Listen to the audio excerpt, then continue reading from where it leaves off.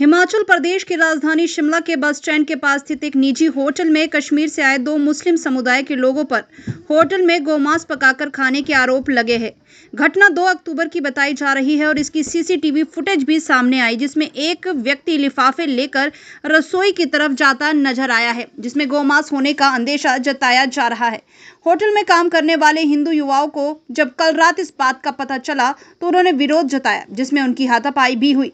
आरोप है कि उसके बाद होटल संचालक ने मामले को दबाने के लिए मुस्लिमों को गौशाला में ले जाकर उनसे गौमाता से माफी मंगवाई है और उसके बाद आरोपियों को शिमला से रातों रात भगा दिया। मामले की गंभीरता को देखते हुए आज सदर थाना पुलिस ने होटल पर पहुंचकर तथ्यों की जांच की है और शिकायत दर्ज कर छानबीन शुरू कर दी है। पुलिस ने मौके से बर्तन और फ्रिज की ट्रे कब्जे में ली, जिसमें मांस को रखा और पकाया गया था। हालांकि एसएचओ सदर शिमला धर्म सेन नेगी ने कहा कि कुछ लोगों ने थाने शिकायत दी है कि होटल में कश्मीर से आए 2 मुस्लिम समुदाय के लोग रईस खान और रिजवान ने गौ मांस पकाकर खाया है, जिस पर पुलिस जांच कर रही है। मौके से कोई गौ मांस बरामद नहीं हुआ है। शिकायतकर्ता ने कहा कि कुछ अचार जैसा मोटा मांस लाया गया था, लेकिन वह गौ मांस था या किसी और चीज का मांस था, इसकी इनकी जानकारी नहीं है। फिलहाल पुलिस मौके पर पहुंचकर कार्रवाई कर रही है ताकि शहर में कोई इस तरह की अफवाह फैलाकर माहौल खराब ना करे। वहीं दूसरी तरफ मामले को लेकर हिंदू जागरण मंच के पूर्व अध्यक्ष कमल गौतम ने कहा है कि हम उन हिंदू युवाओं को साधुवाद देते हैं जिन्होंने अपनी नौकरी की परवाह न करते हुए अपने धर्म के लिए मजबूती से खड़े हुए। हिमाचल में ऐसे सनातन विरोधी कृत्यों और करने वालों के लिए कोई स्थान नहीं है। हमारे पास साक्ष्य भी है और तथ्य भी है। मामले को लेकर पुलिस गंभीरता से जांच कर आरोपियों को गिरफ्तार करे और पता लगाए कि गोमांस कहां से आया। गौरतलब है कि आरोपी रईस खान इसी निजी होटल को लीज पर विजय के साथ पार्टनरशिप में पिछले 4 वर्षों से चला रहा था, लेकिन अब गोमांस खाने के आरोपों के बाद से रईस खान और रिजवान शिमला से गायब हो गया है।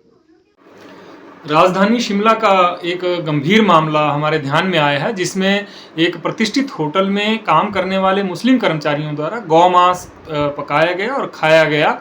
और ये मामला तब ध्यान में आया जब वहाँ काम करने वाले हिंदू कर्मचारियों ने इसका विरोध किया।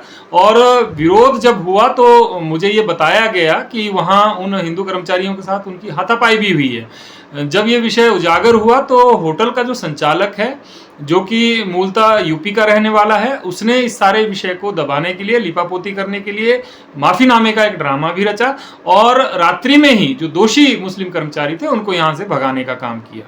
हमारे हिंदू सनातन धर्म के नवरात्रे आजकल चल रहे हैं और ऐसे पुण्य काल में इस प्रकार की घटना का देवभूमि में होना बहुत ही निंदनीय है और कहीं ना कहीं हिंदू भावनाओं को आहत करने वाला है। मुझे जो जानकारी प्राप्त हुई है उसके अनुसार ये कृत्य जो है काफ़ी लंबे समय से वहाँ चल रहा था और ये बाहर से जो मुस्लिम कर्मचारी इन्होंने रखे थे उनके द्वारा ये काम अंजाम दिया जा रहा था। वहीं दूसरी ओर आप देखिए कि इस प्रकार के लोगों को आश्रय प्रश्रय देने का काम भी हमारे अपने ही लोग कर रहे हैं, जो कि चिंतनीय विषय है।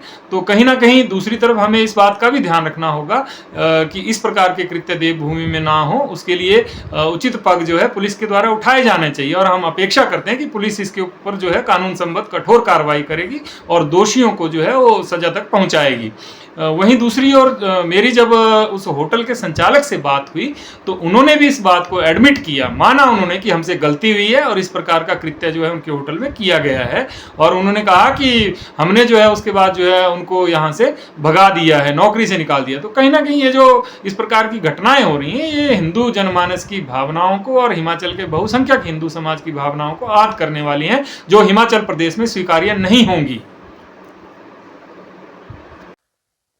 मैं मौके पर आया हूँ अपनी टीम के साथ। यहाँ कोई ऐसी चीज़ नहीं पाई गई है। हमने पूरा होटल सर्च किया है, यहाँ किसी किस्म का गोमांस नहीं पाया गया। अलबत्ता जो यहाँ का जो इसका शेफ है उसने बताया कोई अचार लाते थे, अचार टाइप भाई। गोमांस की कोई ऐसी बात नहीं थी। गोमांस कहीं ना मिला है ना, ये सिर्फ अफवाह फैलाई जा रही है। यहाँ ऐसी कोई बात नहीं है। अचार की बात की जा रही है, लेकिन अचार भी हमको कहीं भी कोई इसके कोई अचार बरामद नहीं हुआ है। मौके से कुछ इस तरह का नहीं मिला है। कुछ कोई चीज़ नहीं। हमने शिकायत पे आपने क्या एफआईआर कर रहे हैं, क्या कर रहे हैं? इसमें इंक्वायरी कर रहे थे। चलो जो भी हमको सूचना मिली थी उस आधार पर, क्योंकि इस वक्त जो माहौल वैसे तनावपूर्ण है, कुछ लोग हो सकता है इसमें इस तनावपूर्ण माहौल में जो कुछ ऐसी अफवाह फैलाना चाहते हो और शहर का वातावरण ख़राब करना चाहते हो, बट ऐसी कोई बात नहीं है। अब मैंने खुद आकर यहाँ के चेक किया ताकि कोई जो भी शिकायत उसका निवारण हो सके, कोई किसी की गलतफहमी ना रहे।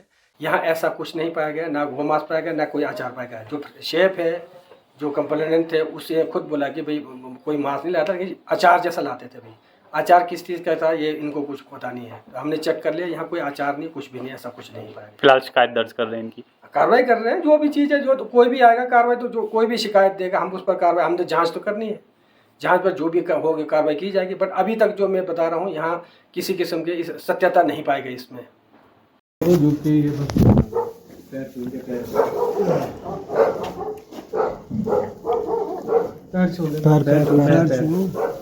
दोनों हाथों से भाई, दोनों हाथों से बोल दो, गलती जो हुई है माफ कर दो।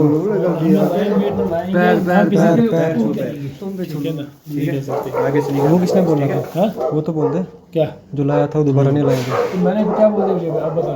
नहीं मैंने क्या नहीं बोलो। अब क्या बड़ा हो भाई ना, ना हमने लाया ना लाएंगे, ना लाए ना लाएंगे, ना हम किसी के साथ नाइंसाफी करेंगे, कोई भी धर्म हो, ठीक है ना।